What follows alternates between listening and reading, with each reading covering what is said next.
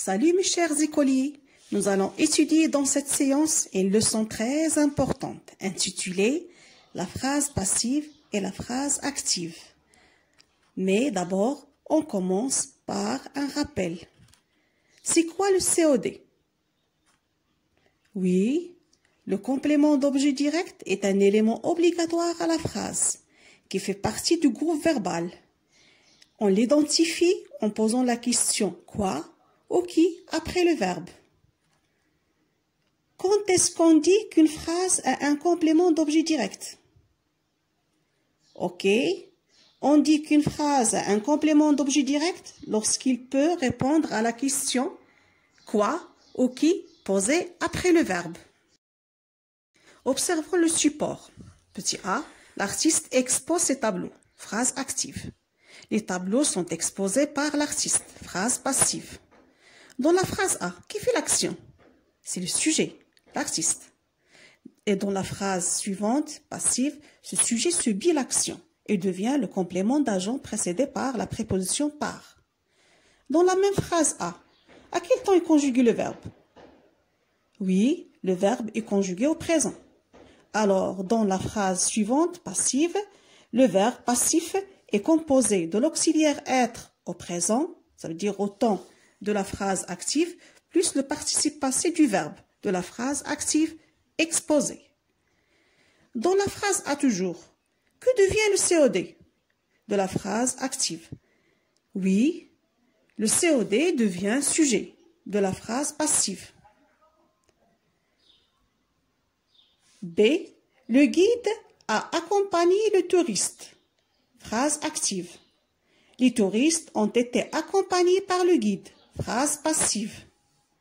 Dans la phrase B, qui fait l'action? Oui, c'est le sujet, le guide, qui devient complément d'agent dans la phrase passive par le guide.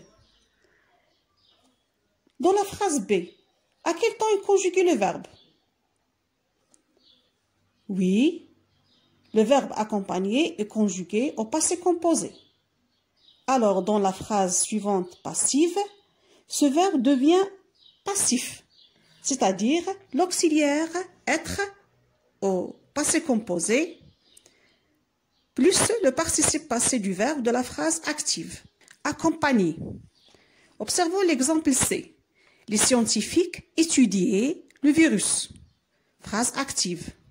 Le virus était étudié par les scientifiques. Phrase passive. Dans la phrase C, qui fait l'action? Oui, le sujet, les scientifiques, qui devient le complément d'agent dans la phrase passive. Dans la même phrase C, à quel temps est conjugué le verbe? Oui, le verbe est conjugué à l'imparfait.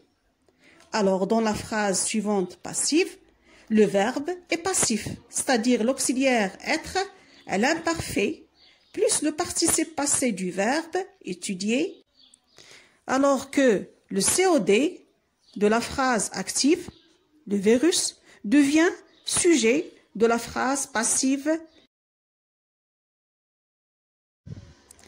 Donc, on déduit, lors de la transformation d'une phrase active à une phrase passive, le sujet devient un complément d'agent, le complément d'objet direct devient sujet de la phrase passive et le verbe de la phrase active devient verbe passif, c'est-à-dire apparition de l'auxiliaire être conjugué au temps de la phrase active plus le participe passé du verbe de la phrase active. Donc, une phrase est dite active si son verbe a un complément d'objet direct et son sujet accomplit l'action. Alors qu'une phrase est passive quand le sujet subit l'action. Lorsqu'on transforme une phrase active en phrase passive, le sujet de la phrase active devient un complément d'agent précédé par la préposition par ou de. Le COD du verbe de la phrase active devient sujet de la phrase passive.